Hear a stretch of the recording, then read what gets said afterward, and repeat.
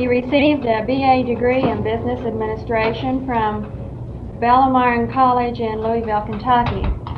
He at present is the Executive Director of the Arthritis Foundation, Ohio Valley Chapter in Cincinnati, Ohio. Mr. Lincoln. Thank you, Ms. Young. First, I should explain, I suppose, that I'm really not related to Abe Lincoln, and that's a question that's on many people's minds when I stand up and am introduced.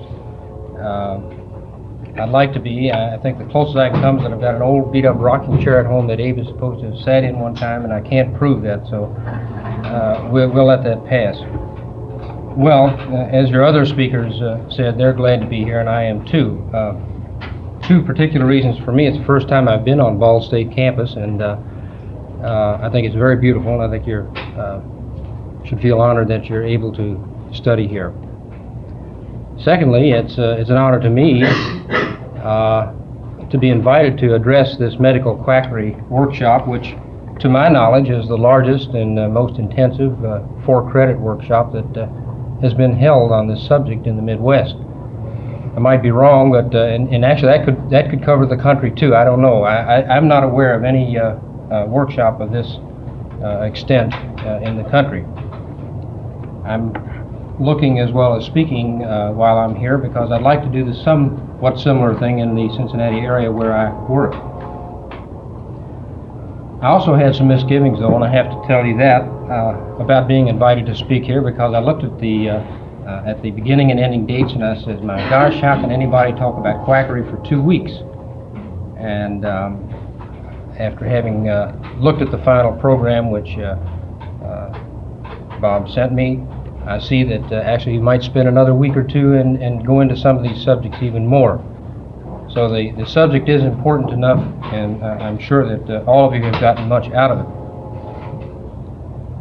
So even though it is the 8th day of the workshop, and it is hot, and it is August, and it is summery, perhaps some of you might need a little bit of brain exercise to devote your attention to what I have to say. So I thought we might start off and have a little fun this morning, just a little brain exercise. And I brought a test with me, which you're not going to receive a grade for. Ms. Young, if you'd pass these out, and I'll ask you to keep them face down until I give you the signal.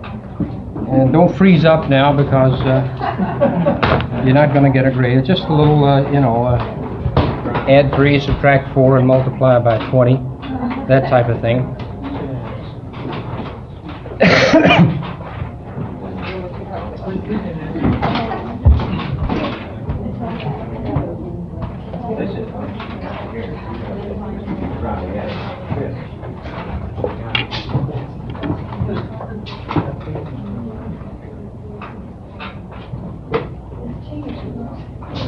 Somebody cheating already?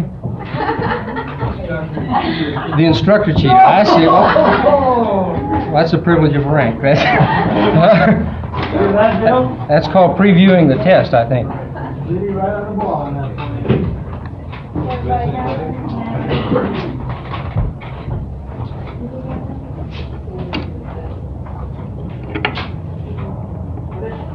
Okay, if everybody's ready now, turn them over and go ahead and work, and I'll call time when it's time.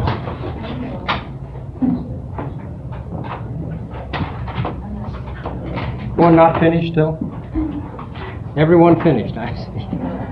Well, don't throw any erasers. I presume that all of you have read number 23 by now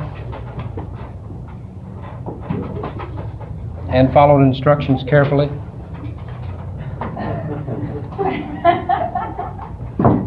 Okay, don't feel badly, those of you who went beyond number 1, because I think I got down to number 13 myself and got tired of drawing and gave it up. This was pulled on me a couple of years ago, and probably some of the others of you have heard of this test, and actually it's good mental exercise because, and particularly for people who are going to take a test at the end of a course perhaps, to make you realize that you do have to read directions. But the point that we want to draw here, of course, is, well, first of all, you can find charlatans and quacks among the speakers in a medical panel workshop such as myself. That's one point that you might bring from this. And more importantly, however, is that people very often are fooled by familiar sounding phrases and familiar formats. You look at the thing, it says test at the top. That's a very innocuous word. Can you follow directions? This is a time test. You go right through and you don't really think of what you're reading.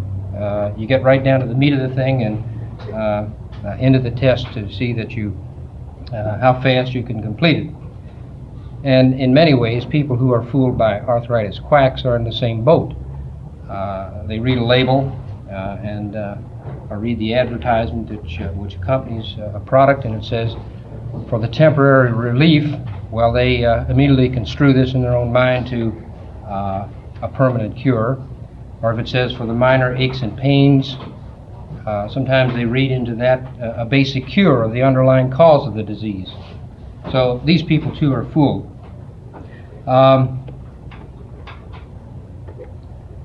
This morning I want to present my part of the program in three parts. The first, I'd like to review some of the things Dr. Walker said yesterday and perhaps add a couple and try to relate the things he said, the technical things about the disease, relate these to the individual who is going to be touched by the problem of arthritis and how emotionally or psychologically they react, and then some of the problems that a person with any chronic disease may come up with. And then we'll have a motion picture, a very good picture, I think you'll enjoy it, entitled Misery Merchants. And it's it's a dramatization of an actual case history of a patient with arthritis who went and sat in a uranium mine out west and later brought home one of the products which they sold her for home treatment so that she could continue the care of the disease. It's a very dramatic film. You'll like that. And then I brought along some of the actual gadgets which have been confiscated by the Food and Drug Administration. And while they're tragic, I think you'll get a kick out of those also, because some of them are pretty ridiculous, particularly when you hear the prices and when you hear some of the types of diseases that they will cure. Now let me move on to the arthritis part and comment on some of the things that were brought up yesterday in relation to arthritis. I missed most of Dr. Walker's presentation, unfortunately, and I came all the way to Muncie a day early just to hear that, so you'll have to forgive me if I cover some of the points that he made. I do think that it's important that you know that the disease, arthritis, is as old as the caveman. Probably the first sign of arthritis came when the caveman woke up one morning, couldn't raise his club to go out hunting, and he complained to his wife and says, I can't get my arm above here, I got a sore shoulder. And perhaps at that time one of his neighbors had a cure for it. So quackery, I think, is probably as old as man himself. Mummies have been found to have it, and I think Dr. Walker yesterday, I was in the room when he mentioned the fact that they have exhumed bones of ancient mummies and have found prosthetic devices, iron hip joints in patients. So there's not much new, really. It's a new way of approaching it. We're all aware, of course, of the old-time Western medicine man. We've seen this on movies often enough, on late-night television. And so today, what we're seeing is sophisticated medical quackery, or sophisticated medicine men. They will usually ride on some, as you'll see here, some electronic or space-age type of gimmick, and this is the approach that they're using now. Radium is pretty popular these days with the quacks. So are electrical vibrators, anything which produces some of the latter-day scientific advances. Actually, arthritis is a group of diseases, as Dr. Walker may said, and more properly you can call them connective tissue diseases. And this is why we can lump in all of these things like bursitis, neuritis, tendinitis. And so actually there are 60 to 70 different types of connective tissue diseases. So arthritis, while the word itself literally means an inflammation of a joint, it does, in common usage, refer to all this group of conditions including some odd things like gout, which may surprise you. Tennis elbow, someone mentioned yesterday. Weaver's bottom. Well, the bunions. These are a part of the connective tissues, and any disorder of these would be lumped into this area. Diagnosis is particularly difficult in rheumatic diseases or in connective tissue diseases because many of them appear to be something else. Gout, for example, is difficult to diagnose because it swells the joints in much the same manner as rheumatoid arthritis, for example.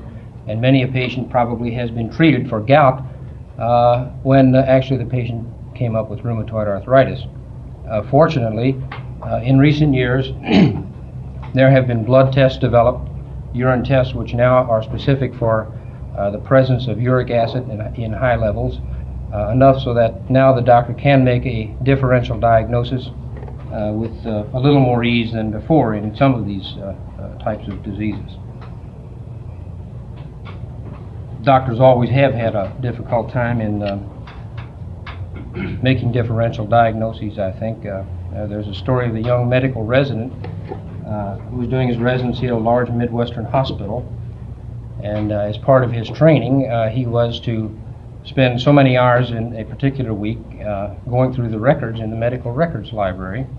And on the appointed day, the chief of the department showed him into the medical records library and said, "Now, doctor, I want you to sit down. I want you to go through a couple hundred of these records, and this will give you an idea of the type of cases that we have been seeing over the last 6 or 8 months here at the hospital."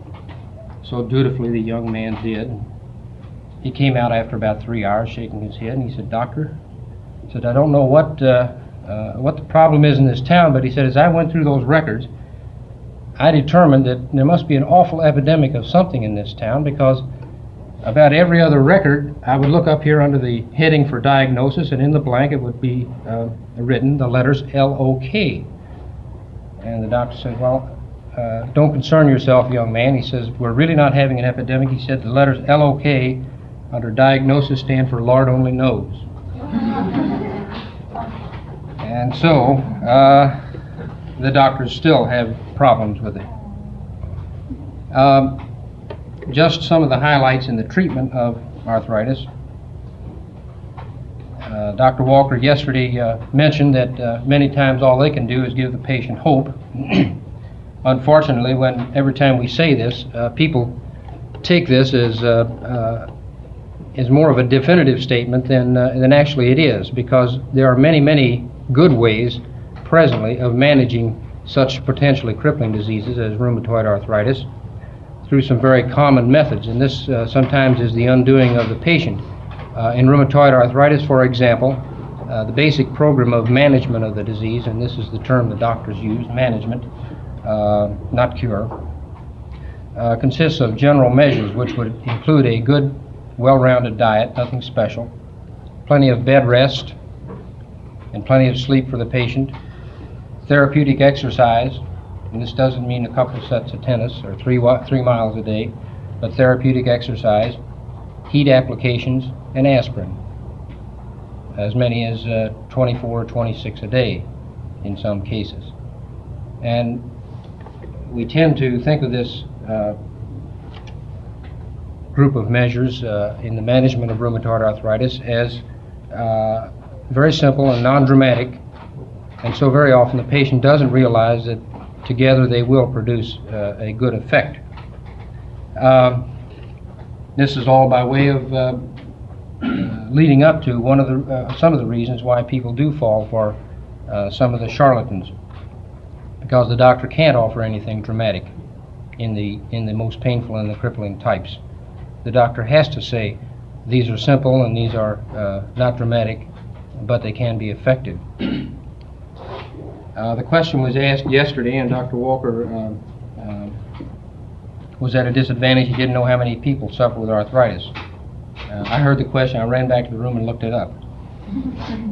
13 million people in the United States. That would be breaking down 1 in 15 persons, or 1 in every 5 families if you admit to 3 people per family. So 1 in 5 families is a pretty widespread disease. 1 in 15 persons is pretty widespread. If we've got 30 people in the room, that means 2 of you here probably will come up with arthritis sufficient enough to bring you to a doctor's office someday for it. And again, of course, as Dr. Walker said, all of you, all of us, are degenerating a little bit all over our bodies. So in the joints, that degenerative process is taking place, and in that sense, we all have arthritis.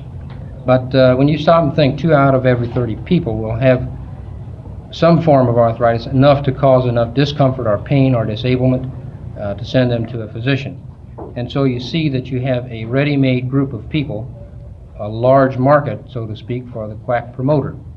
And this is one of the major reasons why quacks are so active in the field of arthritis, more so than in any other field. There will be 250,000 new cases of arthritis this year. I'm speaking now of cases who will have to go to a doctor. Juveniles can get arthritis. It's not uncommon to find a child age 4 or 5 or 6 years with a very severe form of juvenile rheumatoid arthritis. I have heard of cases as young as 9 weeks of age. And the disease has many different components in a juvenile than it does in an adult. As most childhood diseases, has a rapid and fulminating course. It becomes very acute very suddenly, and oftentimes the reaction is severe and permanent. One of our programs in Cincinnati is a special treatment center for juvenile arthritis. This is digressing a little bit, but there are 120 juveniles on the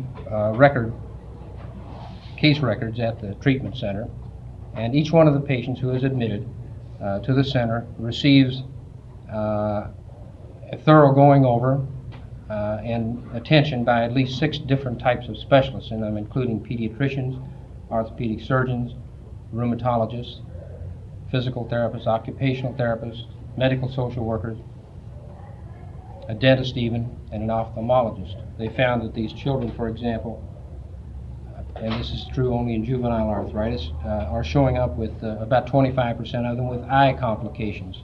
And this is a new thing in juvenile rheumatoid arthritis.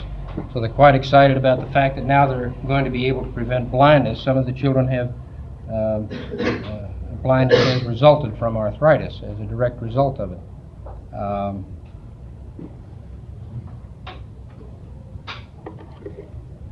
Now, I think I'll make one short comment or a couple on the aspect of chronic disease itself and relate this to the patient and the family, and then we'll go into the film. As you might expect, any disease which is chronic, meaning that it's going to be with the patient forever, is also going to be with the family forever. In arthritis particularly, because of the up and down course of the disease, as Dr. Walker no doubt explained to you, where the patient has good days and bad days, good months and bad months, and even years sometimes. But the pattern is in an up and down course, and very often the patient will look extremely well, but will have a lack of stamina because of muscle weakness due to the disease, will be overprotecting of the joints because of the possibility of making them flare up again, and just in general feel pretty sick, but without showing any of the outward signs that we would ordinarily look for, such as fever, such as redness or swelling in the joints, or obvious impairments in the physical appearance. So many times, and I would say a typical case might be a young housewife, because rheumatoid arthritis strikes 3 times as many women as it does men, and generally the onset is between ages 20 and 45. And I stress rheumatoid arthritis because this is the most disabling. This is the public health problem as far as I'm concerned. And this is the one where the pain drives people to buy the quack remedies.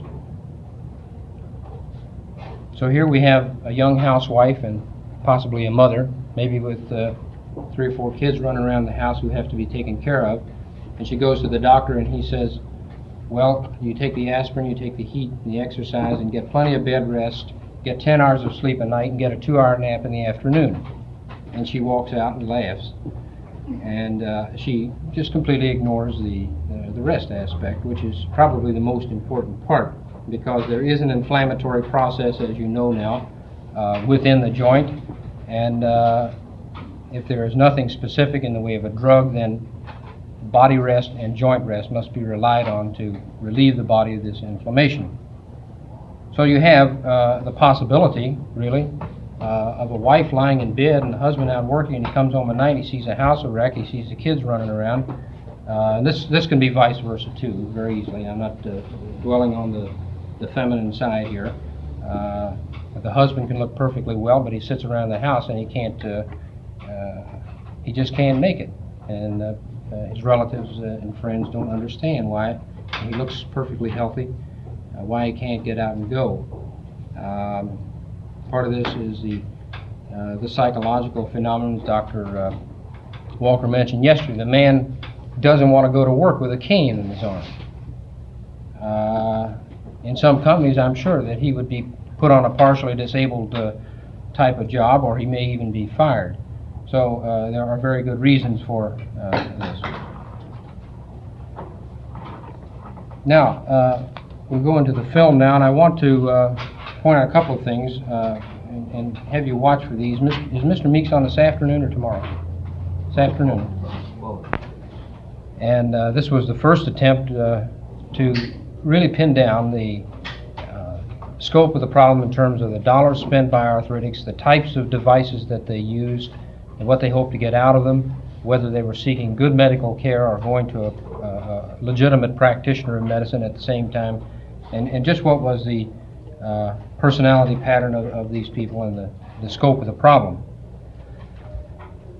So one of the startling things came out that people with arthritis were spending about $300 million a year.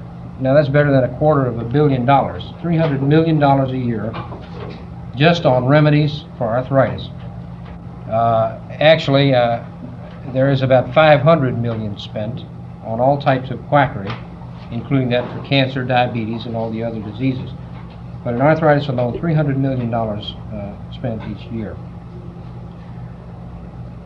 Now, as to the types of quackery most common, they found that devices were by far the most common type, but there were some others that arthritic's depended on. For example, they found something I thought was very interesting, the fact that in a group of clinic patients, some 600 or 800 clinic patients who were interviewed, this was at a clinic in a city in New Jersey, all these people now, you have to understand, were coming to this clinic for proper medical care, just as you or I would go to a doctor. They were going for legitimate medical care. And at the same time, they found that almost half of these people were wearing some kind of a bracelet, or taking some kind of a concoction, or rubbing on some kind of an herb, poultice or something of that nature. At the same time, they were getting good medical care. Which really is rather surprising, because you think if they believe in doctors, they're not going to believe in the other stuff, which just adds to the complication of the problem in trying to draw a mental picture of the type of person who falls prey to the quack. Yesterday, some things were mentioned: liniments, Bengay and deep heat, and other types of salves. None of these, you'll find, will claim anything except temporary relief for the minor aches and pains. And sometimes I think that's stretching the point pretty far too. Dr. Walker did mention one which is still in the experimental stage, and this is a product called DMSO, and there's a big controversy over it, and it's not through yet, so it might be wise to make a note of this, because I think you'll hear more of it. DMSO means dimethyl sulfoxide, I think. Dimethyl sulfoxide. This is a product which is used widely in the lumbering industry, and it was first, well, it's actually a chemical byproduct of the wood pulp industry. And it was at the University of Oregon Medical School that this product was first experimented with in terms of applying it as a pain reliever to the human body. And it was rubbed on, and as Dr. Walker again said, it was found to be very penetrating and to do this very quickly. And so that it was also thought, in addition to its analgesic qualities, that it may be useful as a carrier of other drugs into the joints of the body. In other words, if you've got an inflammation deep in a joint, perhaps this type of thing can carry a product such as one of the steroids, perhaps, deep into the joint. So the AMA Journal had an article in it, or a physician wrote an article, which was published in the AMA Journal a year or so ago. And apparently this created quite a controversy because it was jumping the gun, and a lot of physicians reacted negatively to it. And so now I think the status of the clinical research is marking time. But we may hear more of this drug or this product called DMSO. It is not available. It is still very experimental and could cause all sorts of severe side effects in human beings. But some of the results have been spectacular.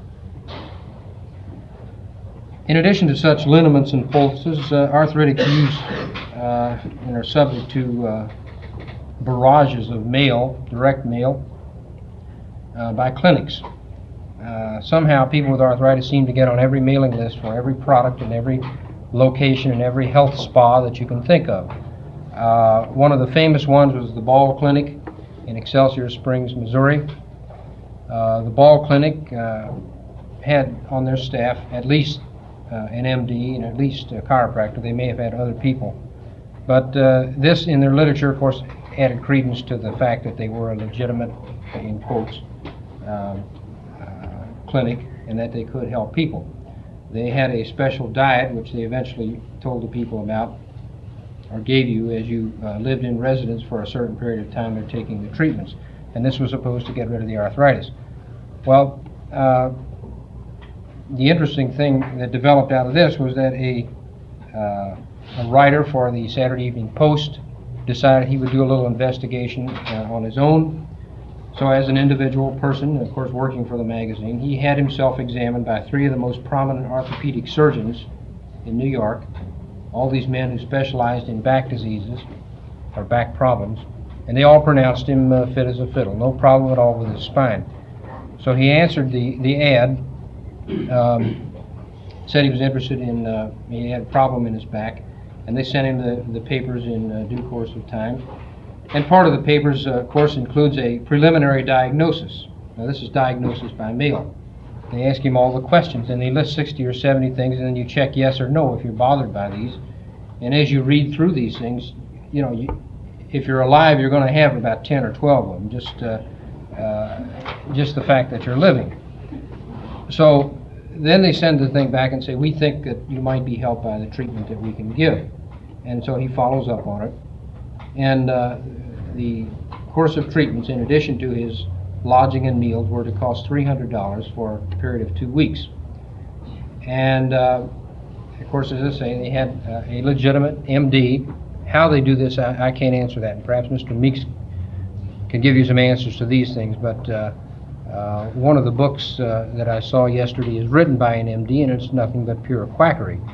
How these people stay in the medical profession, I don't know.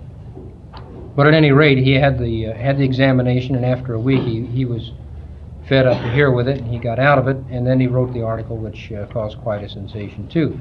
Completely lambasting the place because it was absolutely worthless. There is no possibility of making a diagnosis by mail. There is no possibility of diet affecting arthritis positively. And they claimed that he had a back problem when in fact he did not. The net result of that one was that the publicity was so adverse that finally the clinic closed. But unfortunately, and one of the things that you'll hear tomorrow is the difficulty in keeping them closed, this clinic is now open again under another name. One of the other interesting things about the diagnosis by mail is that you can send a blood sample to these people and have a diagnosis made. And the Food and Drug Administration, in a case of another clinic, sent some colored red water and came back with a diagnosis of diabetes. You've already had the speaker on nutritional quackery, so I'll pass over that briefly, but this is one of the things that arthritics are subject to. The fact is that the Arthritis Foundation has gone to the trouble of printing a booklet on diet and arthritis, which is about 15 pages long, and what it says could be compressed into one sentence: there is no special diet for arthritis. And so many people write to us for a proper diet for arthritis, thinking that there is something that things like alfalfa, things like honey and vinegar, things like the order in which you eat the courses of a meal. In other words, you eat the you eat the dessert first, and then you eat the potatoes and the meat, and then the salad, and perhaps the soup later. This was actually in a book, which was a bestseller. The book was written by a man named Dan Dale Alexander, and you may have heard of this one. The title of the book, Arthritis and Common Sense. That's pretty common. One of the things, this sells for $4.50 a bottle, and it's called Sea Brine. Now this is interesting because the label has been changed. This bottle I just got, this was confiscated by the Food and Drug Administration, and the title here is Sea Brine Brand Seasoning. Now before they had Sea Brine 100% pure Atlantic seawater.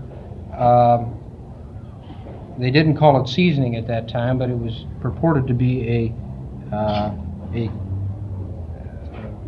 measure for the temporary relief of minor aches and pains. That sells for $4.50, and you can go down to the ocean and scoop up all you want for nothing. One that we have had trouble with in Cincinnati is Ruex Compound, R-U-E-X, and it's been in every paper I've ever looked in at one time or another, and it's a lemon juice recipe. That's the headline. It's a little ad about so big, and it says new lemon juice recipe, more effective treatment for arthritis. And it's a proprietary drug. You can buy it, of course, over the counter in the drugstore. Well, I picked one of these up in the drugstore one day and read the label, and what it is salicylates, aspirin, and one other powder in a very, very small percentage. And then you add the lemon juice to it. So, I mean, they're not even going to the expense of giving you the lemon juice. You have to mix the lemon juice with the powdered aspirin and this other powder to make the thing more palatable, I guess, although they don't say that. But the implication, of course, is that when you combine their magic powder and the lemon juice, that you get something which is much, much more effective than aspirin. And of course the price goes up accordingly.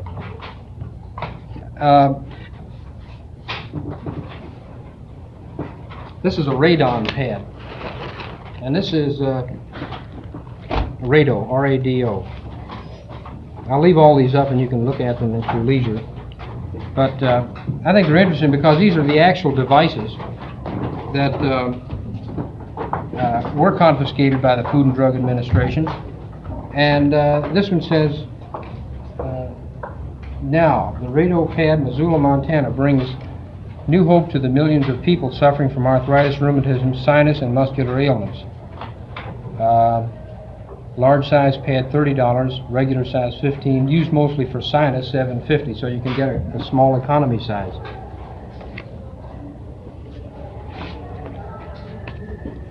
This is an interesting gadget. It's called Electreat. Now this has two or three flashlight batteries in it. Can you hear it? Now this will shock the heck out of you. So if you try it later on, just pull it down a little bit. But the idea is that you rub this thing over the joint which is affecting you, and it's going to have some effect. You can believe me on that. Probably cause some heart attacks in some people with weak hearts when they got the full jolt. Now this is a Zerit applicator, and it's kind of beat up because it's been demonstrated many times, but this contains a special kind of water, or it did before it started leaking. And as you can see, it's a dumbbell-shaped device, and it contains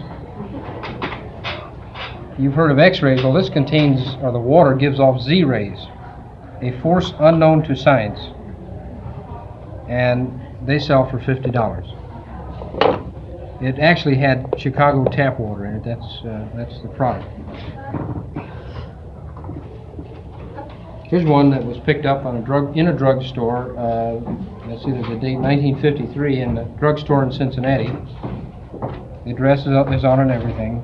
It's a copper health chain. It's called the Aztec Health Charm Bracelet. One for the ankle, one for the arm.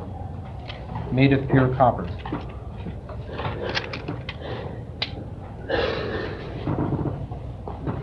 This is just as interesting. It's called the electrogalvanic bracelet, and it's new, and it aids the relief of aches and pains by simple external application only. And you'll recognize it as being similar to a ID bracelet. But in here they've got a little copper wire embedded in it, and this is supposed to impart the magnetic force as you wear it around your wrist. And the price tag is right on here, $22.50. This goes a little further than arthritis. Sciatica, bursitis, neuritis, contusions, sprains, dislocations, sinusitis, and muscle inflammation. We had a lady here with sprain problem or questioning. Now this might help. Here's a vibrator.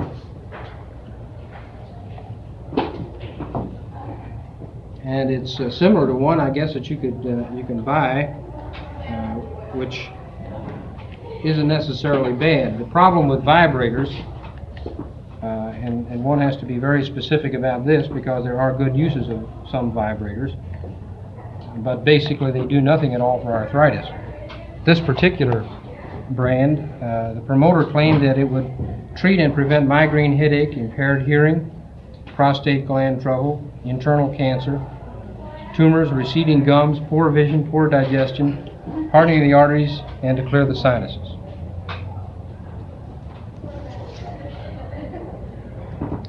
There's an interesting looking thing here. You'll recognize these. They look like pot holders. They're infratemp mittens, and you stick your hand inside and you plug it in and you get heat.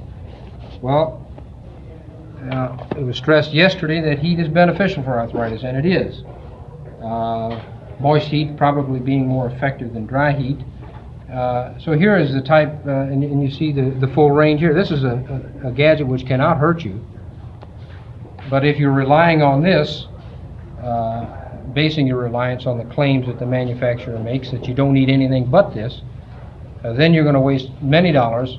I don't know what these cost, but they're probably much overpriced. So the idea here is that you're going to be neglecting good medical care and probably continuing with your crippling. Here's an inductoscope, and this is the product which you saw in the film. Magnetic currents, magnetic fields. One other which I don't have, and this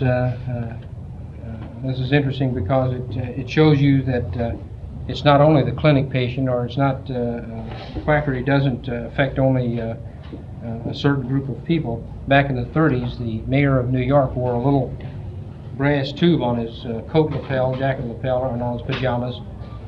It's called a beryllium tube. And he paid $300 for the thing. And it was about so long and very thin, made of brass, and then it screwed apart. And inside was a glass vial which contained barium chloride, which is a rather inert product. Certainly has no effect on arthritis. And that was also supposed to cure diabetes and leukemia and thyroid disturbances.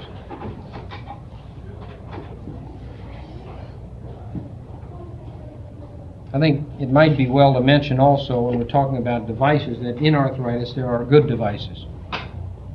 Again, this was touched on a little bit yesterday. A cane is a device. There are some which are a little more dramatic and glamorous. There are reaching devices for a person, and these are legitimate things I'm talking about now, self-help devices. Things like a long-handled shoehorn for the patient who has a stiff back. Things like a long-handled toothbrush or a shaving equipment, or a comb or a brush for the patient who has a frozen shoulder.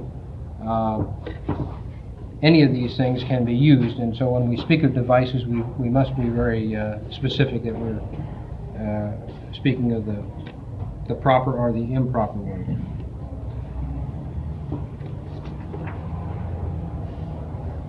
Well, now to tie this into what hopefully you will get out of the whole workshop on quackery, you as a citizen or as a future teacher or as a health educator or a person just plain interested in good health practices, I think first of all you certainly by now must realize that people do fall for these things. They're not something that happened in California or New York. They're happening right here in Muncie today. Somebody is promoting something, I'm sure. All arthritis patients are fair game, and if you're one of the 2 out of the 30 in the room who are going to get it, please don't fall for these things. I think you can learn also who in your community and which agencies in your community are the people who have the factual knowledge and the power to do something about it. I'll suggest some of these, and perhaps if you hear of incidents, these people would be the ones that you would want to notify. The Food and Drug Administration, of course, and I don't think there's an office here. There's one in Indianapolis, of course. A Better Business Bureau, or if you have none, a Chamber of Commerce. I know you have quite an active chamber here. The local health department, of course, is a resource. The Arthritis Foundation, there is a small volunteer group here. If not Indianapolis, the headquarters for the state of Indiana, the Arthritis Foundation. Or in the case of a cancer quackery item, the American Cancer Society or the other cancer group here. Your professional associations, very often these people, protecting their own interests as professional persons, would be interested in knowing of these. The dietitians group, the pharmacists, your local medical society. As educators, you'll be interested in the material that is stocked in libraries. I make it a practice when I go into new areas in my own territory around Cincinnati to make a visit to the library, talk with the librarian, see what's on the shelf. Chances are you'll find things like arthritis can be cured, arthritis and common sense, but very seldom will you find the accepted literature on arthritis, things written by qualified physicians. At the legislative level, you can support and encourage more consistency in the drug regulations and device regulations and the labeling of drugs and devices. The federal government has pretty good laws, but they cannot come into a given state if a product is not being sold over state lines. Mr. Meeks will tell you more about this, where their jurisdiction ends. There need to be stronger laws within states. A state medical quackery symposium is not outside the realm of possibility. I think this is a good beginning here, what you're doing. I think out of this may grow some interest in your local press, in your local medical society. Perhaps this thing would go to Indianapolis and then branch back out in terms of the state medical society becoming interested, your state druggist association. Several states have had conferences on this type of thing and have been very successful. But I think the most important thing for your own benefit and for the benefit of your family or anyone who asks you or talks to you about a questionable device is to tell them to seek the advice of their own physician. That's the proper answer, and I think this is the man who must control the use of the devices. And one final word of advice: when you hear a quack, be sure to duck.